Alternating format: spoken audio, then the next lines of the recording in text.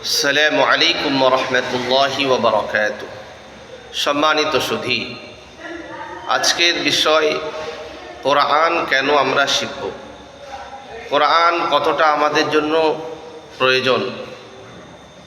আল্লাহ পাক কোরআনে বলছেন, ওয়ারাত্তিলিল কুরআনা তারতিলা, তোমরা কোরআন তাজবিদের সঙ্গে পড়ো, তারতিলের সঙ্গে সুন্দর করে পড়ো। যেমন কোরআন নাজিল হয়েছে সেইভাবে পড়ার চেষ্টা করো। কোরআন কেন শিখব? কোরআনকে বাদ দিয়ে ইসলাম ধর্মে আমরা এক পাও চলতে পারবো না। আল্লাহ পাক ঈমানের পরে সর্বপ্রথম গুরুত্বপূর্ণ যে ইবাদত, সেটা হচ্ছে কি নামাজ। এই নামাজ পড়তে গেলে আমাদের কোরআন ছাড়া নামাজ আমরা পড়তে পারবো না। সর্বপ্রথম আমরা সূরা ফাতিহা দিয়ে শুরু করি, তারপরে কোনো একটা সূরা আমরা মিলাই। আপনি কোরআন ছাড়া কোন কিতাব থেকে আপনি নামাজ পড়বেন, কোন ভাষা দিয়ে পড়বেন? পড়তে পারবেন না। এই জন্য কোরআন আমাদের জন্য অপরিহার্য। কোরআন যদি আমরা সহি করে না পড়ি, তাহলে আমাদের নামাজটা পর্যন্ত ঠিক হবে না, ভুল হয়ে যাবে। আল্লাহ পাকের দরবারে আমাদের নামাজ কবুল হবে না। কারণ কোরআনের শুদ্ধ করে না পড়লে তার মানের পরিবর্তন হয়ে যায়। এই মানের পরিবর্তন যদি হয়ে যায়, বলা হয়েছে কোরআন পড়লে যেমন নেকি হয়, ঠিক তার বিপরীত কোরআন পড়লে তার গুনাহ হবে। কারণ সে বিকৃত করে কোরআন পড়ছে, তার কোরআনের শুদ্ধতা না হওয়ার কারণে তার মানের পরিবর্তন হয়ে যাচ্ছে। এই জন্য কোরআন সহি করে পড়া অপরিহার্য, ফরজ।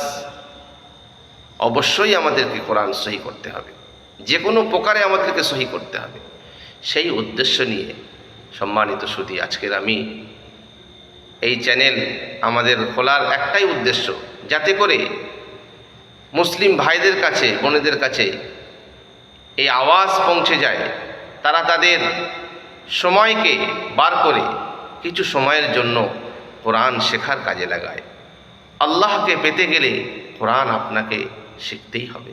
কারণ আল্লাহকে পাওয়ার রাস্তা হচ্ছে কি সলাত। আর সব সলাত, নামাজের মাধ্যম দিয়ে আমরা আল্লাহকে পাই। এই নামাজকে ঠিক করতে গেলে সেই কোরআন দরকার। এই জন্য কোরআন আমাদের প্রতিটা মুহূর্তে আমাদের প্রয়োজন। শুধু কি তাই, এই কোরআন আল্লাহ পাকের এমন একটি কিতাব, যে কিতাবকে নাজিল করে আল্লাহ পাক আমাদের জীবনকে সুন্দর করার রাস্তা বলে দিয়েছে। এই কোরআনকে যদি আমরা পড়ে, কোরআনের মানে বুঝে আমাদের জিন্দেগিকে যদি আমরা চালাতে পারি, আমাদের জীবনকে যদি অতিবাহিত করতে পারি কোরআনের অনুসারে, তাহলে আমাদের জীবনটা উজ্জ্বল হবে, আখিরাতের জীবন আমাদের সুন্দর হবে। কিয়ামতের দিন এই কোরআন আমার সুপারিশকারী হবে। এই কোরআন আমাকে বলবে, আল্লাহ পাক এই বান্দা, এই বান্দি তারা দুনিয়ার জমিনে আমাকে পড়তো, সকালে পড়তো, রাতে পড়তো, যখন সময় পেত তারা পড়তো, আমাকে মহাব্বত করত। আল্লাহ পাক এই বান্দা, এই বান্দিকে তুমি তোমার জান্নাতে দাও, জাহান্নামের আগুন থেকে তাকে বাঁচিয়ে দাও। সে যেমন আমাকে দুনিয়ায় পড়তো, ঠিক আজকের আমি তাকে ছাড়া থাকবো না।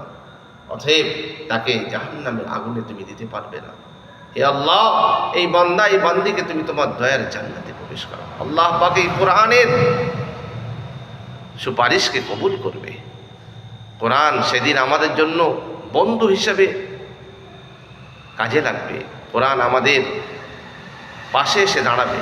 সেই জন্য কোরআনকে অবহেলা করলে আমাদের দুনিয়ার জীবনও একদিকে যেমন অশান্তি এবং জীবনটা বেকার হয়ে যাবে, ঠিক আখিরাতের জীবনটা আমরা বড় কষ্টের মধ্যে পড়ে যাব, বড় আযাবের মধ্যে পড়ে যাব। কোরআন আবার যদি কারোর বিপক্ষে চলে যায়, হে আল্লাহ, এই বান্দা, এই বান্দি তারা দুনিয়ার জমিনে আমাকে পড়তো না, আমাকে তারা দূরে রাখতো, মাসের পর মাস, বছরের পর বছর আমাকে খুলতো না, আমাকে দেখতো না, আমাকে পড়তো না। হে আল্লাহ, আমার সঙ্গে যেমন আচরণ করেছে আজকে তার জন্য তুমি সেরকম আচরণ করো, একে জাহান্নামের আগুনে দাও। আল্লাহ পাক ঠিক কোরআনের এই সুপারিশকেও ফেলতে পারবে না।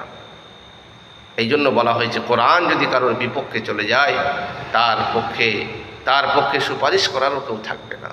এই জন্য কোরআনকে যেমন একদিকে আমাদের সম্মান, মহাব্বত, ভালোবাসা দরকার, অপরদিকে কোরআনের আমাদের বিপরীত চলে যাওয়ার ভয়ও অন্তরে থাকা দরকার। এই জন্য প্রতিটা মুসলমানের অবশ্যই প্রয়োজন তারা তাদের জীবনে কোরআনকে সুন্দর করে শিখে তাদের জীবনে আমল করা। আল্লাহ পাক আমাদেরকে কোরআনের সঙ্গে মহাব্বত করা, কোরআনকে বেশি বেশি পড়ার তৌফিক দান করুন। ওয়া আখিরু দাওয়ানা আনিল হামদুলিল্লাহি রাব্বিল আলামিন।